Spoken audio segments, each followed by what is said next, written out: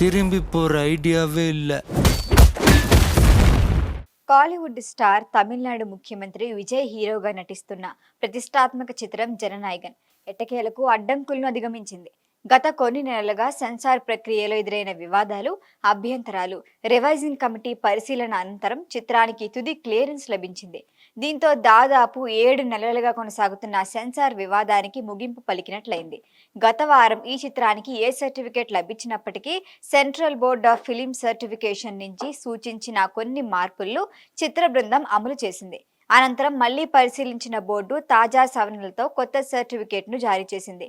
ఈ మార్పుల కారణంగా చిత్రంలో అదనంగా 41 సెకండ్ల ఫుటేజ్ని చేర్చారు. దీంతో సినిమా ఫైనల్ రన్ టైం 3 గంటల 3 నిమిషాల 52 సెకండ్లుగా ఖరారైంది.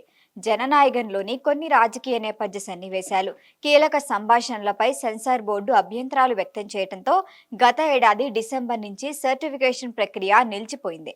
అనంతరం రివైజింగ్ కమిటీ పరిశీలన, న్యాయపరమైన ప్రక్రియల తర్వాత చిత్ర బృందం అవసరమైన మార్పులు చేసి చివరకు సెన్సార్ క్లియరెన్స్ ను పొందింది. సెన్సార్ సమస్యలు పరిష్కారమైన వేళ మరోవైపు సినిమా నుంచి కొన్ని సన్నివేశాలు సోషల్ మీడియాలో లీక్ కావటం నిర్మాతలను కలవరపెడుతోంది. పైరసీని అరికట్టేందుకు చిత్ర బృందం ఇప్పటికే తగిన చర్యలు చేపట్టినట్లుగా సమాచారం.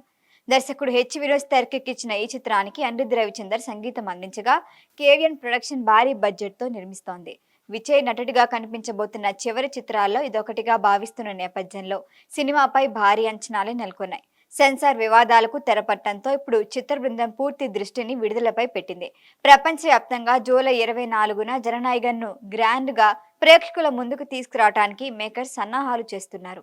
ఈ వీడియో మీకు నచ్చినట్లయితే లైక్ చేయండి, షేర్ చేయండి, సబ్స్క్రైబ్ చేయండి.